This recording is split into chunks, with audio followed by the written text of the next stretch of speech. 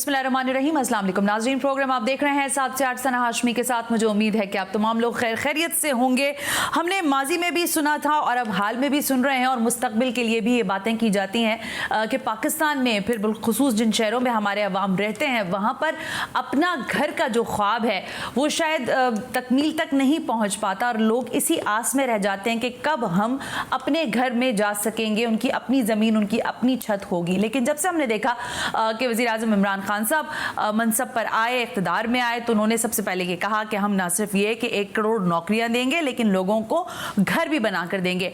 अब दो मामलात हैं, एक तो वज़ीर आज़म पाकिस्तान की सस्ता हाउसिंग स्कीम है, दूसरी जानिब हम देख रहे हैं कि कमर्शियल बैंकों की जानिब से आसान शराइत पर लोगों को कर्जे भी मुहैया किए जा रहे हैं ताकि वो अपने घर का बंदोबस्त कर सकें।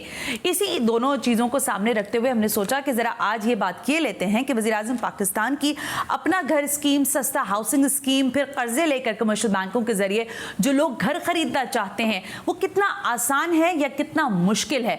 इसी सवाल को सामने रखते हुए ये सवाल भी अहमियत का हामिल है कि क्या तमाम पूरे मुल्क में ये सस्ता हाउसिंग स्कीम शुरू हो गई है, क्योंकि हमारी दानिश में अभी तक हम देख रहे हैं कि खैबर पख्तूनख्वा हो गया, पंजाब हो गया, इस्लामाबाद में कुछ हमने देखा एरियाज में वहाँ पर शुरू हुआ है, लेकिन बहरहाल अभी तक हमने सिंध की सतह पर ये मामलात नहीं देखे हैं। लोगों के जहनों में बहुत सारे सवालात हैं। आप लोगों के लिए लाइव कॉल्स का नंबर भी ऑन किया जाएगा, लेकिन अभी नहीं, एक ब्रेक के बाद। ब्रेक से पहले कुछ अहम शख्सियात हैं जिनको आज हमने दावत दी है और बैंक से कर्जा लेने से लेकर सस्ता हाउसिंग स्कीम, फिर इस प्रोजेक्ट को कैसे आगे चलाया जा सकता है। ज़ाहिर इंजीनियर्स होते हैं, लोग होते हैं जिनके अपने जहन होते हैं, जो घर बनाना जानते हैं, उनके पास होता है, हाउसिंग का पूरा डिप्लोमा होता है। तो इस वक्त मेरे साथ मौजूद है हसन बख्शी, साबिक चेयरमैन आबाद है। Thank you very much Hassan कि आप तशरीफ लेकर आए। जो निटिग्रिटीज हैं सस्ता हाउसिंग स्कीम की, फिर जो कमर्शियल बैंकों के जरिए कर्जा हासिल करने का तरीका है वो भी आज हम जरा ब्रीफली उस पर बात करेंगे। मुझे ज्वाइन करने जा रहे हैं इस्लामाबाद से राशिद अजीज, इंजीनियरिंग एक्सपर्ट हैं और राशिद साहब की और भी पोर्टफोलियो पर बहुत ज़्यादा चीज़ें हैं, लेकिन राशिद साहब से आज हम 2-3 चीज़ों के ऊपर ज़ाहिर है बिलखुसूस बात करना चाहेंगे कि इस हाउसिंग स्कीम को वो कैसे देखते हैं और कितनी फेवरेबल है ये लोगों के लिए। सो राशिद साहब, थैंक यू वेरी मच कि आपने ज्वाइन किया। वाइस स्काइप मुझे ज्वाइन करने जा रहे हैं आबिद क़य्यूम सलहरी साहब, मुआशी तज्ज़ियाकार है, हुकूमत की कारकर्दगी का अहाता और लोगों को ये कितना फ़ायदा पहुंचाएंगी इस तरह की स्कीम्स, इस पर आबिद क़य्यूम सलहरी साहब का हम तज्ज़िया शामिल करेंगे। आप दोनों शुरा की इजाज़त के साथ मैं चाहती हूँ कि गुफ्तगू का आगाज़ ज़रा सलहरी साहब से कर लें ताकि जो एक ब्रॉडर आस्पेक्ट है वो हमारे सामने आ जाए। आबिद क़य्यूम सलहरी साहब, एक जानिब तो हमने देखा कि वज़ीर आज़म ने जब ये अनाउंस किया कि 50 लाख घर वे लोगों को बनाकर देंगे तो ज़ाहिर बड़ा तनकीद हुई कि कैसे मुमकिन होगा, कौन करेगा, क्या नहीं होगा।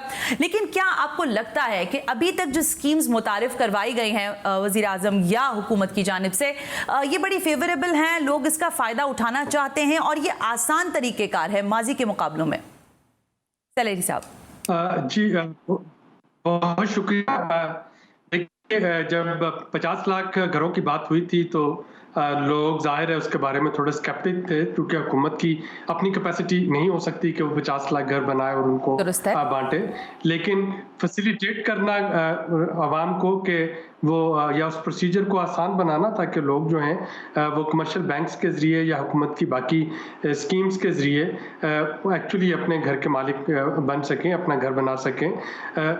ये हुकूमत इस वक्त जा रही है और अगर आप इस साल के फेडरल बजट को देखें तो इसकी एलोकेशन जो है वो मौजूद है, मार्कअप की जो सब्सिडी है उसको देने के लिए। स्टेट बैंक जो है पिछले साल से, पिछले माली साल से जब से स्कीम इंट्रोड्यूस हुई थी, स्टेट बैंक गाहे बगाहे जो है वो गाइडलाइंस इशू करता रहा। अगर मैं पिछले साल तक की बात करता हूँ जो कि 30 जून को ख़त्म हुआ है, तो उस वक्त तक काफ़ी सारे शकूबात जो थे वो अवाम में भी मौजूद थे। कमर्शियल बैंक्स के लिए ये एक नई चीज़ थी, क्योंकि कमर्शियल बैंक्स अगर आप देखें तो कर्जा लेने का जो आसान तरीका, किसी भी बैंक के पास क्राइटेरिया होता है, आपको साबित करना होता है कि आपको वो कर्जा नहीं चाहिए।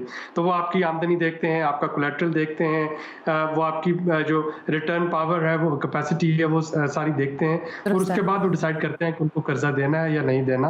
और ये चीज़ एक बड़ी हिंड्रेंस बन रही थी। कम से कम पिछले माली साल में बहुत से ऐसे लोग जो कि अपने घर के लिए लोन लेना चाह रहे थे बैंक से, इस रिड्यूस मार्कअप पे वो तमाम फॉर्मेलिटीज़ पूरी कर रहे थे, लेकिन उसके बाद बैंक्स जो थे उनको फैसिलिटेट नहीं कर रहे थे। Good point. करीम साहब, मैं इधर ही आना चाह रही थी, इस पर हम आगे भी बात करेंगे। जो फैसिलिटेशन है ज़ाहिर कमर्शियल बैंकों की जानिब से, उसमें फिर हमने देखा कि बहुत ज़्यादा क्लैरिटी के साथ वज़ीर आज़म भी आए, उन्होंने जो ज़्यादा मुश्किलात आ रही थी लोगों को, शायद उसको ख़त्म करने की भी कोशिश किया। हसन, आपकी तरफ आती हूँ, फिर मैं राशिद साहब की तरफ जाऊँगी।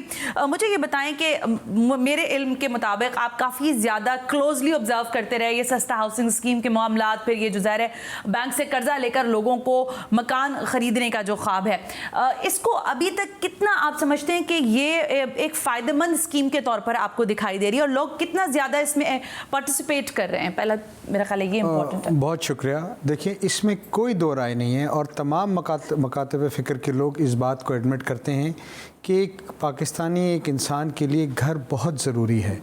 और ये स्कीम जो मुतारिफ़ कराई गई है, ये उस आदमी के लिए कराई गई है जिसका पाकिस्तान में पहले घर नहीं था, बिल्कुल ठीक है, ना वो ले सकता था इस महंगाई के दौर में। और अब जो गवर्नमेंट ने स्कीम मुतारिफ़ कराई है, उसमें उसने सिर्फ 10% डाउन पेमेंट करनी है, बाकी 10% गवर्नमेंट उसको ग्रांट दे रही है, 10-12%, और बाकी उसने रहते रहते आसान एक साथ पे देनी है। ठीक है।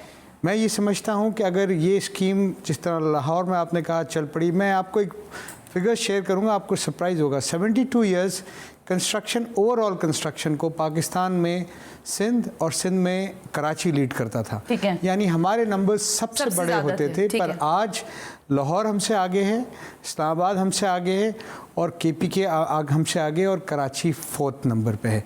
जबकि सबसे बड़ी रिहाइश की ज़रूरत इस वक्त मैं समझता हूँ कराची में, क्योंकि बहुत बड़ी आबादी है, 3 करोड़ लोगों की आबादी है, और इन्फ्लक्स डेली होता जा रहा है, कराची में ज़रूरत है।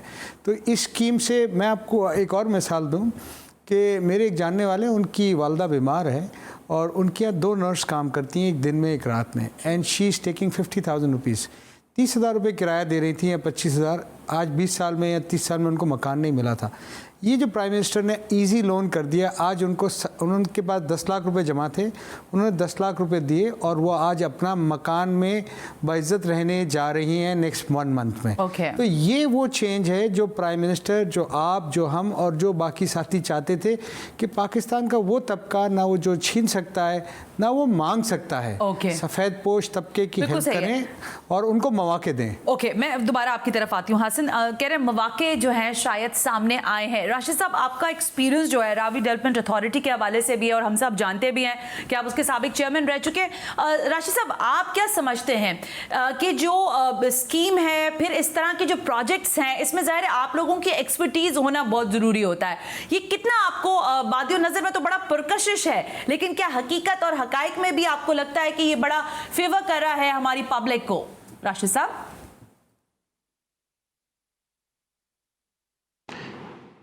अस्सलामुअलैकुम जी, थैंक यू कि आपने इस टॉपिक पे बुलाया है बात करने के लिए। वेलकम। देखिए, ये हाउसिंग का प्रोजेक्ट जो है, और ये स्पेशली लो कॉस्ट हाउसिंग जो चल रही है, ये थीम प्राइम मिनिस्टर का जो है, इस पे तो कोई मेरे ख्याल में 2 राय हैं ही नहीं। और ये एक ज़बरदस्त का एफर्ट है, जो कि इनिशिएटिव है जो लिया गया है।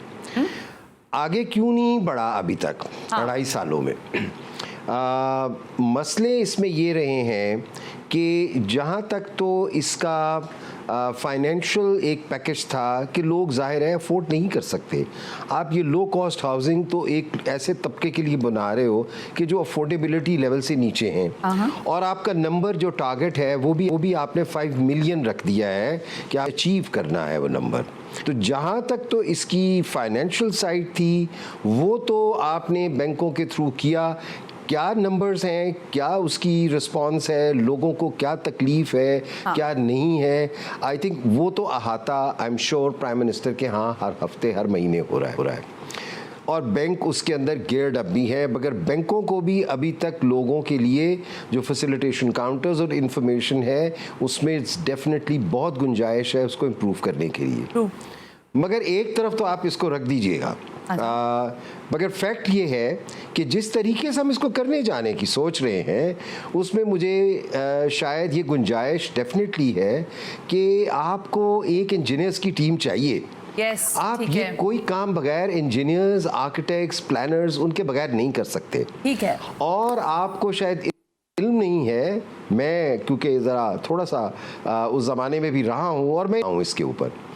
ये उस ज़माने में कहलाती थी सिस्टम बिल्ट हाउसिंग, लो cost housing scheme.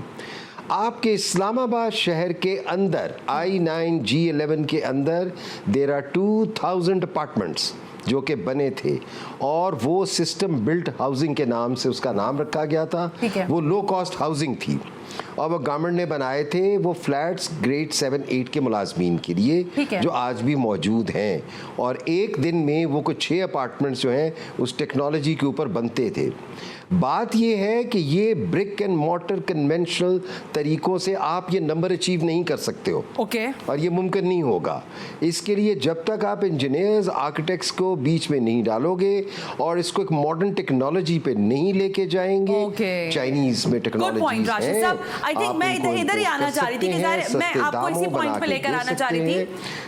Okay Rashid साहब, आपका पॉइंट आया, इसी को डिबेट को आगे बढ़ाते हैं। मैं हसन की तरफ भी आती हूँ, लेकिन कय्यूम सलारी साहब, ज़ाहिर राशिद साहब इंजीनियरिंग के एक्सपर्ट हैं और तो वो कह रहे हैं कि जब आप ऐसी हाउसिंग स्कीम्स मुतारिफ करवाते हैं तो आपके पास एक प्रॉपर टीम होनी चाहिए जो आपको एडवाइस भी करे और ग्राउंड रियलिटी के साथ रिफ्लेक्शंस भी दिखाए, क्योंकि ज़ाहिर चीज़ें मॉडर्निज्म की तरफ जा रही हैं, ना कि हम बैकफुट के ऊपर जाएं। लेकिन कय्यूम सलारी साहब, एक और पॉइंट राशिद साहब ने अभी रेस किया, विच वॉज दैट कि वो कह रहे हैं कि जो लोगों को आसानी पहुंचाने का तरीका है, बैंक्स में लोग जा रहे हैं, मेरे पास भी बहुत ज्यादा क्यूरीज आ रही है। अभी मैं जब कॉल्स ओपन करूंगी तो आई होप के लोगों की कॉल्स आएंगी।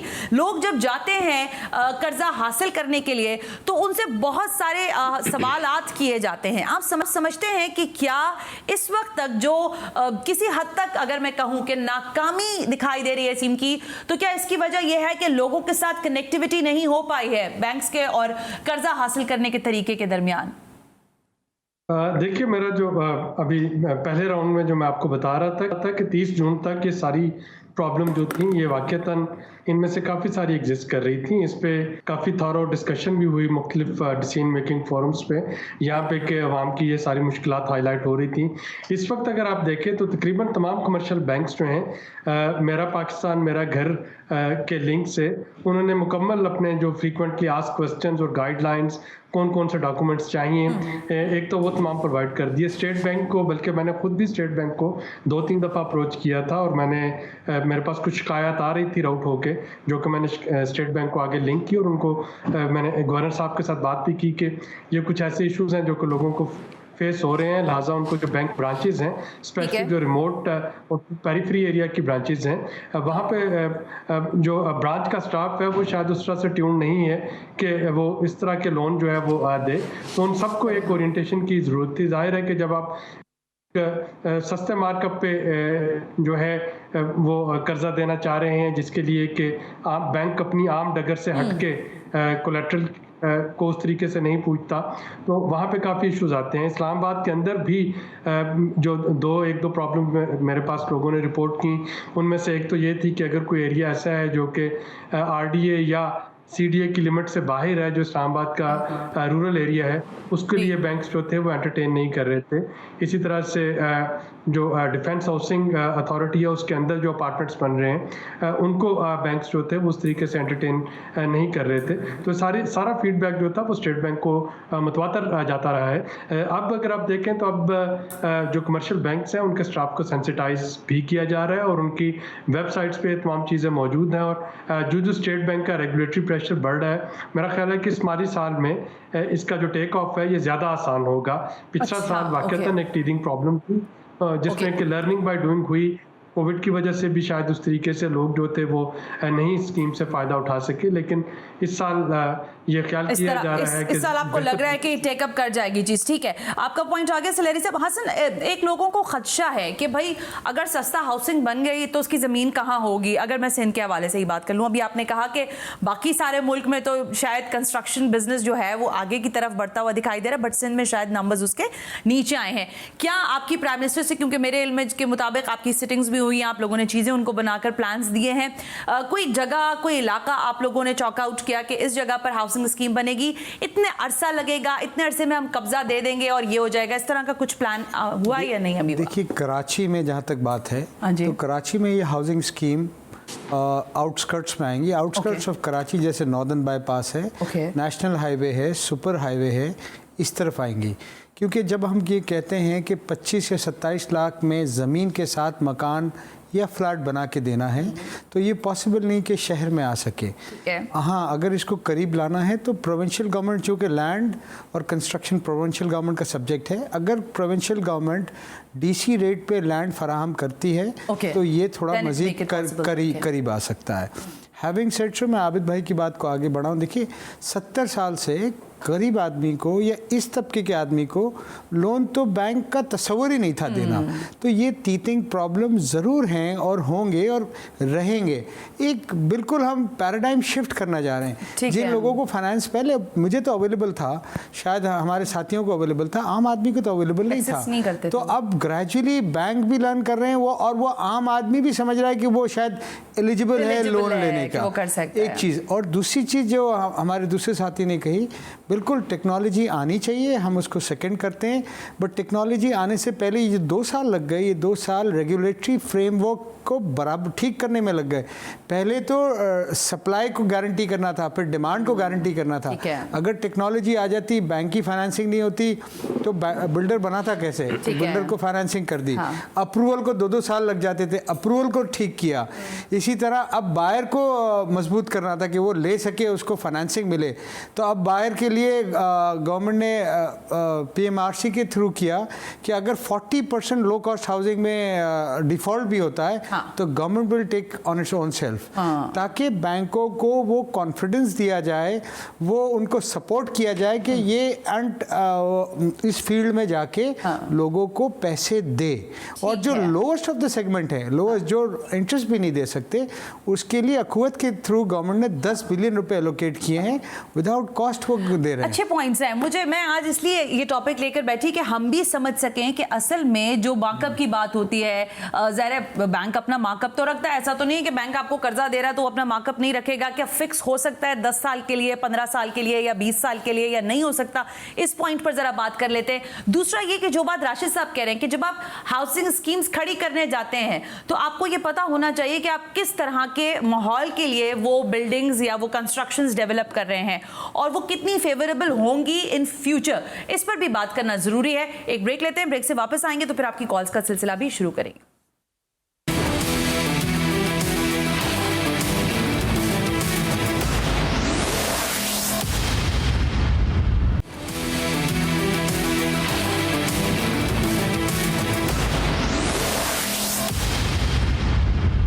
Welcome back. हम थे ब्रेक पर, और ब्रेक पे जाते जाते मैंने आपसे कहा कि सस्ता घर हाउसिंग स्कीम को डिस्कस कर रहे हैं। आवाम कितना इससे फायदा उठा सकती है। कमर्शियल बैंक इस वक्त तैयार बैठे हैं कि आप उनसे कर्जा तलब करें और आपकी ज़ाहिर जो भी सर्टन सैलरी है, जो भी चीज़ें हैं, उसके अंदाजे के मुताबिक आपको वो कर्जा भी मिल जाएगा। ये एक अच्छी स्कीम हुकूमत की जानिब से है। लेकिन राशिद साहब का जो पॉइंट है, राशिद साहब ज़रा हाउसिंग सिस्टम के ऊपर हम बात कर लेते हैं। हमारा मसला ये है कि हाउसिंग सोसाइटीज़ जो हैं वो बना दी जाती है। मैं एक इस हाउसिंग सोसाइटी की बात नहीं कर रही, लेकिन फिर वहां मसाइल को नहीं देखा जाता, यानी पानी, बिजली और दीगर और बहुत सारी चीजें जो उससे डायरेक्टली एफिलिएटेड हैं। आप समझते हैं कि हाउसिंग स्कीम को तरतीब देने से पहले, जिस नुक्ते का आपने कहा कि इंजीनियर्स या एक्सपर्ट्स के साथ राय होनी चाहिए, ये जो वजीर आजम की सस्ता हाउसिंग स्कीम है, इसमें आप जैसे लोगों की एक्सपर्टीज को क्या तलब भी किया गया है? और अगर नहीं किया गया तो क्या आप चाहते हैं कि आपके ओपिनियंस को जो है वो इस्तेमाल किया जाए और लोगों को उसका फायदा पहुंच सके? राशिद साहब।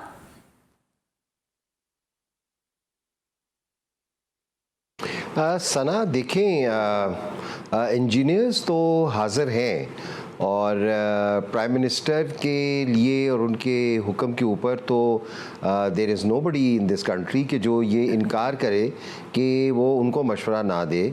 और मैं तो क्योंकि रावी अर्बन में था 8 माह, सो मेरा तो उनके साथ हर हफ्ते रब्ता होता था, मगर क्योंकि हाउसिंग में मेरा इन्वॉल्वमेंट नहीं था, सो मैं मीटिंग्स अटेंड करने की हद तक था, मगर मैं उसके अंदर फर्दर मशवरे में नहीं था। मेरी नज़र में देखा है और जो ज़रूरी है, क्योंकि देखें ये एक जंग की सूरत हाल है और जंग की सूरत हाल में आपका एक टारगेट है, आपने उस टारगेट को मीट करना है। चलिए आप उसका 60-70% ही अचीव कर लीजिए, मगर वो अचीव करने के लिए अब हमें बैकवर्ड कैलकुलेशन करनी पड़ेगी कि हमारा टाइम रेगुलेटरी अफेयर्स के अंदर मॉर्टगेज सिस्टम्स को लाने में जो एक रेवोल्यूशन है पाकिस्तान में वाकई नहीं था, ये करने में हमारा इतना टाइम निकल गया। अब हमारे पास बाकी टाइम क्या है, उस टाइम में हमें कितने यूनिट बनाने हैं। अब अगर आप इसको लोगों पे छोड़ोगे कि वो बैंक से कर्जा लेके और वो ये घर बनाएंगे, तो मेरा नहीं ख्याल है, मेरा ज़ाती राय है, आई कुड बी रॉन्ग, मगर मेरा ज़ाती ख्याल है कि हुकूमत की इंटरवेंशन के बगैर और टेक्नोलॉजी को इस्तेमाल किए बगैर और एक ग्रुप जिसे आप कहते हो टास्क फोर्स कह लो आप, जिनका काम ये हो कि वो उसमें इंजीनियर्स, आर्किटेक्ट्स, जो आप जिन मसाइल की बात कर रही हैं, आपने खड़ा तो कर दिया एक बिल्डिंग, आपने 2 बिल्डिंगें खड़ी कर दी, मगर ये कि उसके बाकी इंफ्रास्ट्रक्चर कहाँ है। अब इंफ्रास्ट्रक्चर कौन देखेगा? इंजीनियर्स देखेंगे, काउंसिल ऑफ आर्किटेक्ट देखेगी, एक्सपर्ट्स देखेंगे। अब इसमें देखिए 2 हिस्से हैं। जहाँ तक तो बैंकों का सवाल है, मेरे ख्याल में शौकत साहब आ गए हुए। I have work directly with Shaukat तरीन फॉर 3 years। हमने बैंक को हबीब बैंक को टर्न अराउंड किया था, और शौकत तरीन बैंकों की जहाँ तक हद तक स्पीड का सवाल है, मेरे ख्याल में वो उसको तेज़ कर देंगे ज़बरदस्त, और उसमें लोगों की मुश्किल नहीं होगी। लेकिन अच्छा राशिद साहब, आपने जब ये बात की ना, तो फिर मैं इस पॉइंट के साथ फिर मैं हसन की तरफ भी आ रही थी। एक मिनट राशिद साहब, इसमें जो मार्कअप की बात है, लोगों को हसन ये इशू आ रहा है, मैं आती हूँ दोबारा राशिद साहब आपकी तरफ। इसमें मसला ये आ रहा है कि भाई फिक्स कर दें हमें 10 साल के लिए कि 5% देना है कि 10% देना है, क्योंकि ग्रेजुअली ज़ाहिर है जब इकोनॉमी के चेंजेस आते हैं, हर बारी बजट नया आता है, या उसके साथ साथ जब स्टेट बैंक रिव्यू करता है पॉलिसीज को, तो वो उसमें मार्कअप की बात करता है। How you think about that कि इसमें भी कुछ फ्लेक्सिबिलिटी हो सकती है या होनी चाहिए? हसन, देखिए इस पर बहुत काम हुआ है, और जो आपने कहा ना गवर्नमेंट ने कर चुके हैं। 10 साल के लिए फिक्स कर दिया है। जैसे लो कॉस्ट हाउसिंग के लिए फर्स्ट 5 years 3% कॉस्ट है फाइनेंसिंग की, ठीक है, और नेक्स्ट 5 years 5% है। Up to 6 million first 5 years 5% cost है फाइनेंसिंग की, फिर 2% ऐड यानी 7% है, और up to 10 million first 5 years 7% cost है, और फिर नेक्स्ट 5 years 2% है। ओके, ये तो एक और रिलीफ है जी, ये एक और रिलीफ है। 10 साल गुजरने के बाद उन प्लॉटों की, उन मकानों की, उन चीज़ों की कीमत कहाँ से कहाँ पहुँचेगी, और ये इससे एक चीज़ स्टेबिलिटी आती है कि लेने वाले को भी पता हो कि उसको क्या किस्तें देनी है नेक्स्ट 10 साल के लिए।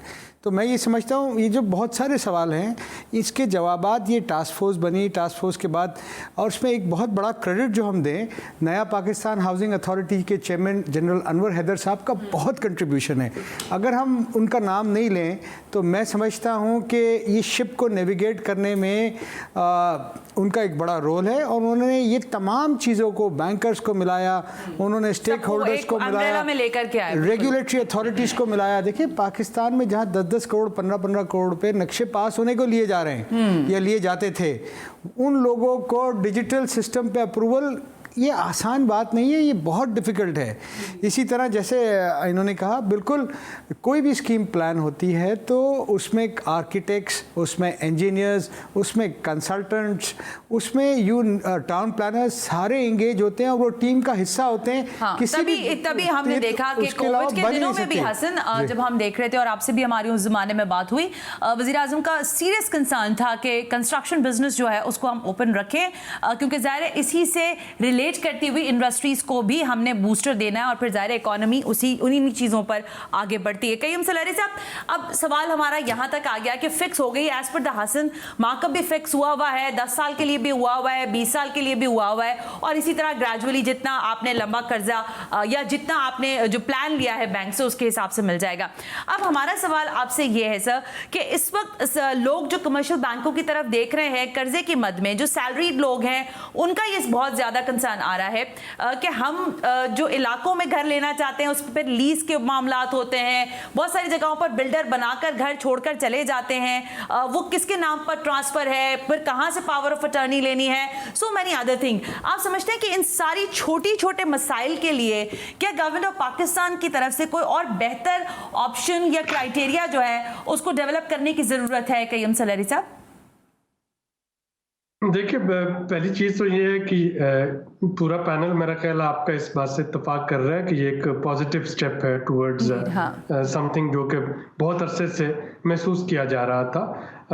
ये 10 साल तक तो मैं सिर्फ वजाहत कर दूं नाज़रीन के लिए कि 10 साल तक तो ये फिक्स है। अगर 10 साल से ज़्यादा होता है तो फिर अगेन वो जो 3 मुख्तलिफ किस्म के लोन्स हैं, काइबर यानी कि जो भी इंटरबैंक इंटरेस्ट रेट होगा प्लस उस पर एडिशन के साथ होगा। इसमें अभी काफ़ी सारी प्रॉब्लम्स आएंगी। कुछ हाउसिंग सोसाइटीज़ ऐसी हैं जो कि शायद गवर्नमेंट के अप्रूव नहीं है, कुछ ऐसे एरियाज़ होंगे यहाँ पे कि शायद ट्रांसफ़र उस तरीके से नहीं मिलती। अब इसका तरीका जो अनफोल्ड हो रहा है वो गालबन इस तरह से हो रहा होगा कि कमर्शियल बैंक से एक आपको अपने अपने जोन की लिस्ट जो है वो फ्राहम कर देंगे उन एरियाज़ के लिए या उन सोसाइटीज़ के लिए यहाँ पे जो लोन एप्लीकेबल नहीं है, ताकि कोई भी सार्फ बजाय इसके कि 5,000 रुपये अपनी जो फीस है वो दे के तमाम कागजात पूरे करके और उनको एंड पे बताया जाए कि नहीं जी फ़लाँ सोसाइटी या फ़लाँ एरिया या फ़लाँ बिल्डिंग जो है अपार्टमेंट्स वो इस स्कीम के दायरा कार में नहीं आते। तो अब स्टेट बैंक की तरफ से ये एक कमर्शियल बैंक्स को हदायत जो है वो आ रही होगी कि वो तमाम स्कीम्स टेंटेटिव स्कीम जो कि इस मेरा पाकिस्तान मेरा घर में मुस्तफ़ीद नहीं हो सकती, उनकी एक लिस्ट दे दें। इसी तरह से अगर आप देखें तो CDA फॉर एग्जांपल इस्लामाबाद के अंडर उन्होंने एक अपनी वेबसाइट पे पूरी हाउसिंग सोसाइटीज़ की एक लिस्ट जारी कर दी है जो कि गैर कानूनी है, जो कि अप्रूव नहीं है। अगर वो अप्रूव नहीं है, इलीगल सोसाइटीज़ हैं, तो वहाँ पे जाके अगर मैं घर बनाना चाह रहा हूँ तो जाहिर है कि मेरी दरख्वास्त जो है वो रिजेक्ट हो जाएगी। तो ये थोड़ा सा कोऑर्डिनेट तो इसको ज़रूर करना पड़ेगा, लेकिन ग्रेजुअली ये चीज़ें जो हैं ये स्मूथ होना शुरू हो जाएंगी। तो ये वाला साल जो है हमें इसको देना होगा ताकि मजीद इसमें जो लेकिन अभी जो एमनेस्टी खत्म की है सर, उसके ऊपर मैं आना चाह रही थी अभी आबिद करीम सलहरी साहब। एमनेस्टी स्कीम का जो खात्मा हुआ उसके बाद ही मैंने देखा कि लोगों में बड़ी चिमक गुइयां उस हवाले से सामने आना शुरू हो गई। उस पर बात करते हैं। एक कॉलर हमने ले लिया है, शहजाद हैं गिलगित से। शहजाद अस्सलाम वालेकुम, फरमाइए क्या पूछना चाहते हैं। अस्सलाम वालेकुम, मैं प्रोग्राम आपका देख रहा था, सुनी आपने बहुत अच्छा टॉपिक लिया है। Thank you. First of all मैं क्वेश्चन करें अपना। जी, मेरा क्वेश्चन ये था कि फर्स्ट ऑफ ऑल जो इशू इस वक्त फेस कर रहे हैं सारे ना, तो गिलगित में स्पेशली मैं देख रहा हूँ कि जो बैंक है वो भी ज्यादातर उनको फोकस कर रहे हैं जिनके पास गवर्नमेंट जॉब है। एक इशू ये, दूसरे से जो गवर्नमेंट ने ओनली इसको रखा है 10 साल के लिए ना, तो 10 साल में इसकी सारी इंस्टॉलमेंट नहीं हो सकती, कम से कम इसको 15 साल के लिए करना चाहिए। तो एक इशू जो आ रहा है, जाहिर बात है कहीं पर लैंड पे ये चीजें बन रही हैं, तो लैंड रिफॉर्म्स करने की जरूरत है। अब गिलगित में खुद बहुत सारे ऐसे इलाके हैं जहाँ पे हजारों घर बन सकते हैं, लेकिन गवर्नमेंट उसको क्लियर नहीं कर रही है, उसको एनओसी नहीं दे रही है, उसको अगर उसकी डॉक्यूमेंटेशन उसकी रजिस्ट्रीज नहीं हो रही है। मुझे शहजाद, मुझे वैसे आपकी आवाज बहुत धीमी आ रही है, जरा आवाज ऊंची करें शहजाद की। शहजाद, आप कह रहे हैं कि जो लोग गवर्नमेंट एम्प्लॉइज हैं शायद उन्हीं के लिए है, आप ऐसा कुछ पूछ रहे हैं? नहीं, ज्यादातर जो बैंक है ना उनको प्रेफर कर रहे हैं, जो अच्छा बैंक्स उनको प्रेफर कर रहे हैं जिनकी सरकारी नौकरियां हैं। ओके शहजाद, आपका पॉइंट आ गया। करीम साहब, ये वाली भी एक लोगों के पास इशू है शायद, और कंसर्न आपको लगता है ये है एक, जैसा शहजाद हमारे भाई बोल रहे हैं गिलगित से कि जिनकी सरकारी नौकरियां शायद उनको लोग ज्यादा प्रेफर कर रहे हैं कमर्शियल बैंक्स। जी, ये इशू बिल्कुल शहजाद साहब ठीक फरमा रहे होंगे। जैसा कि हमने प्रोग्राम के शुरू में कहा कि कमर्शियल बैंक्स जो हैं अभी उनको आदत नहीं है उनको आदत इस तरह नहीं के पड़ी कर्जे है देने की। ठीक है हसन, आपका ओपिनियन क्या है इस पर? फिर मैं आगे जरा राशिद साहब की तरफ जा रही हूँ। देखिए, चूंकि गवर्नमेंट एम्प्लॉय या जो भी सैलरीड क्लास है उसकी इनकम इजीली वेरीफाइबल है, तो हर आदमी आसान रास्ता ढूंढता है। हैविंग सेड सो, शहजाद साहब की मेरी रिक्वेस्ट होगी कि एक हेल्पलाइन है स्टेट बैंक ने क्रिएट किया है, ईमेल कर दें। स्टेट बैंक खुद मॉनिटर कर रही है कि जो बैंक सर्विस प्रोवाइड नहीं कर रहा है प्रॉपर, तो आपको बैंक उस कंप्लेन के बाद बैंक का वो मैनेजर वो ब्रांच खुद रिवर्ट करेगी। पब्लिक रिलेशन स्टेट बैंक जो है उनसे भी बात कर लेते हैं, अगर वो हमें मिल जाए तो वो हमें बहुत आसानी हो जाएगी चीज़ों के लिए। राशिद साहब, इस सारी जो हम कॉन्वर्सेशन कर रहे हैं इसमें आपका ओपिनियन हमारे लिए इसलिए अहमियत का हामिल है क्योंकि आप ज़रा इंजीनियरिंग डिपार्टमेंट के, आपने खुद देखा, आप खुद इंजीनियर हैं, आप समझते हैं कि इस वक्त तक जो हमारी चीज़ें हैं, जो वजीर आजम का एक फ्यूचर प्लान है फॉर पाकिस्तान, नया पाकिस्तान नाम ले दें या अपना घर नाम दे दें उसको, ये जैसे कयूम सलारी साहब कह रहे हैं कि ये साल जो है ये फ्लैगशिप के तौर पे भी समझ जाएगा ये प्रोजेक्ट, और दूसरा ये कि ये फ्लाईएबल होगा, आगे की तरफ बढ़ेगा। आपको लग रहा है कि क्राइटेरिया जो आप बता रहे हैं मॉडर्निज्म का, फिर कंस्ट्रक्शन का, फिर इंजीनियर्स को ऑन बोर्ड लेने का, ये सब के साथ ही होगा या इसमें से कुछ जो है 19-20 का फर्क डाल सकता है प्रोजेक्ट्स पे?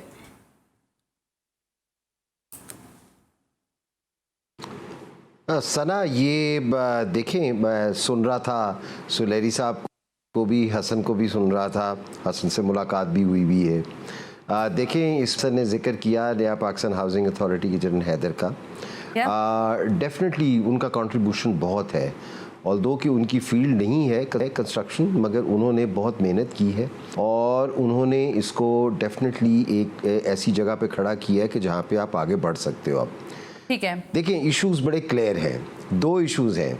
एक तरफ एवरीबडी, ये हर कोई एग्री कर रहा है कि ये एक नई चीज़ है जो कि आई है मॉर्टगेज के लिए, कमर्शियल बैंक्स के लिए। Having stayed in the bank my self, मुझे इल्म है कि बैंक्स कितने शाई होते हैं, वो किस तरीके से इसको प्रोसेस करते हैं। आपने जिस सेगमेंट के लिए ये लोनिंग और ये हाउसिंग और ये सारा कुछ कर रहे हो, उन लोगों के पास कई चीज़ें शायद नहीं डॉक्यूमेंटेशन अवेलेबल होगी जो कि बैंक्स मांगेंगे। कोलैटरल ना भी मांगे मगर फिर भी डॉक्यूमेंटेशन, किसके पास ईमेल है भाई करने के लिए, कितने लोग हैं इस तबके में जिनके पास ईमेल्स अवेलेबल हैं, नहीं है। सो गवर्नमेंट को इसमें असिस्ट करना पड़ेगा और ये मानी भी बात है कि जिस तबके लिए आप काम कर रहे हो उस तबके को फैसिलिटेट करना पड़ेगा। और नंबर 2 बात, देखें, खाली कर्जा दे के आंखें बंद करके, I'm sorry, I'm cutting you Rashid साहब, क्योंकि ब्रेक की तरफ जाना है, ब्रेक लेना भी जरूरी है। लेकिन सवाल शायद ये है क्योंकि लोगों ने जब बैंक की तरफ रुख किया तो उनसे उनके स्टेटमेंट्स मांगे गए, उनसे पूछा गया कि आपकी सैलरी जो है वो बैंक अकाउंट में ट्रांसफर होती है कि नहीं होती है, और अगर नहीं होती है तो आप एलिजिबल नहीं है, और ब्ला ब्ला ब्ला। कोशिश मेरी होगी कि मैं director public relation state bank से जरूर बात करूं, और फिर हमारे तीनों शुरा ओपिनियन मेकिंग सब तीनों की यही है कि बिल्कुल बहुत अच्छा टारगेट है और अचीवेबल है और हमें करना चाहिए, लोगों को फेवर कर रहा है, लेकिन मजीद कितनी कैपेसिटी मौजूद है इसमें बेहतरी की, शायद इस पर बात करेंगे right after this break. You watching 7 से 8।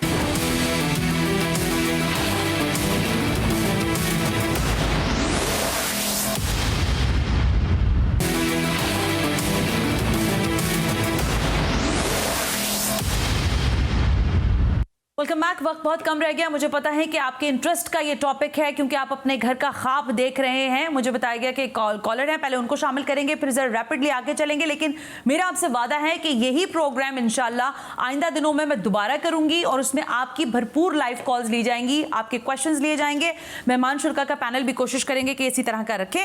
बहरहाल इस वक्त कौन है हमारे साथ लाइन पर? बात कर रहा हूँ, आवाज थोड़ा ना, हैदर बताइए, हैदर क्या कहना चाहते हैं, कहाँ से कॉल करें? जी हुसैन साहब, मुझे सर आपके लिए स्पेशली ये था कि सर मैं बैंक्स में अगर बात करता हूँ तो बैंक्स वाले ये बोलते हैं कि ये कराची के हैं, यहाँ तो कराची के अंदर बहुत मुश्किलें हो नहीं सकता। रिपीटेडली फ्रॉम डिफरेंट बैंक से भी पूछा है, उन्होंने हमेशा एक ही चीज बोला है कि कराची वालों के लिए फायदा नहीं है, आप कराची के बाहर जाके कर सकते हैं।